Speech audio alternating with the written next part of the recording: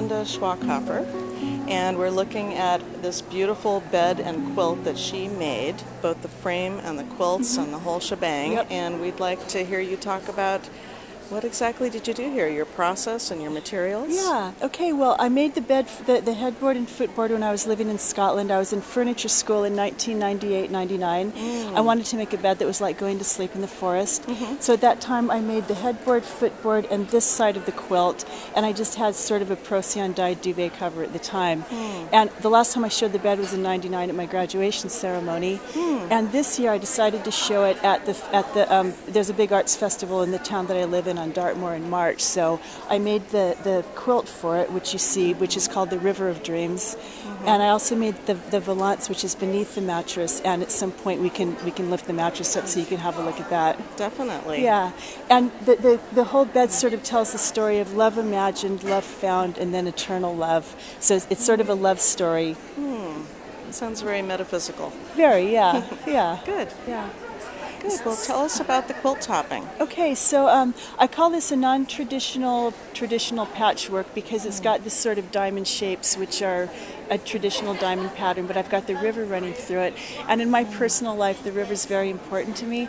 And I used to live near a river in Dartmoor before I met my husband, and I found these two pieces of stone that had been fit together, but they split and came apart. And they felt really symbolic to me of like a relationship and a soulmate kind of a thing. So in the river, there's some shallows where I put pieces of slate, including these two pieces that had come apart that I found.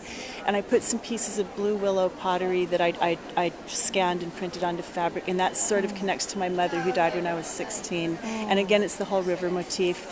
And I've also put two fish in the river that sort of represent me and my husband, and fish are really important to me in a lot of my artwork and my river imagery. So here we are in the back, and there's a poem and a figure back here. Yes, the back of the quilt, when I made this in 99, it was just sort of a yellowy green, not very nice fabric, and when I knew when I was going to be showing it again, it would be in the round.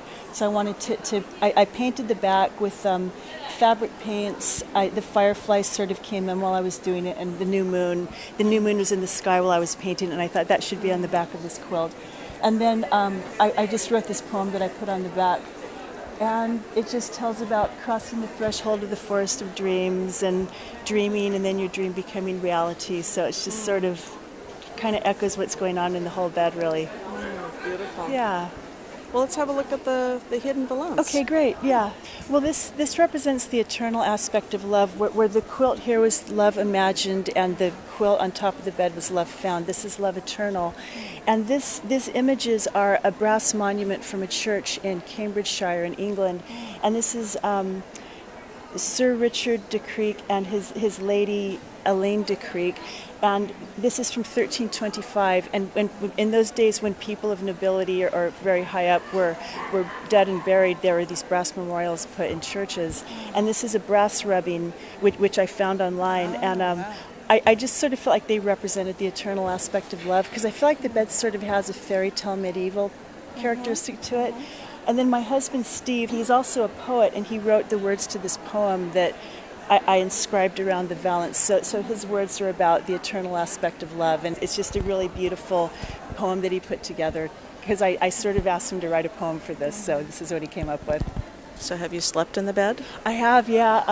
I've actually the bed's been in storage since 1999, and I've had it out since January of 2012. And I slept in it under the full moon. It's been in my living room at home, which has big picture windows, and the first time I slept in it after I'd made the quilt, there was a full moon coming through, and it was really quite special. You must have very magical dreams when you sleep in this bed. I do, yeah, I do. It's a special piece. Yeah. Well, thank you so much. I really appreciate you taking the time to show us your wonderful work. Thank you.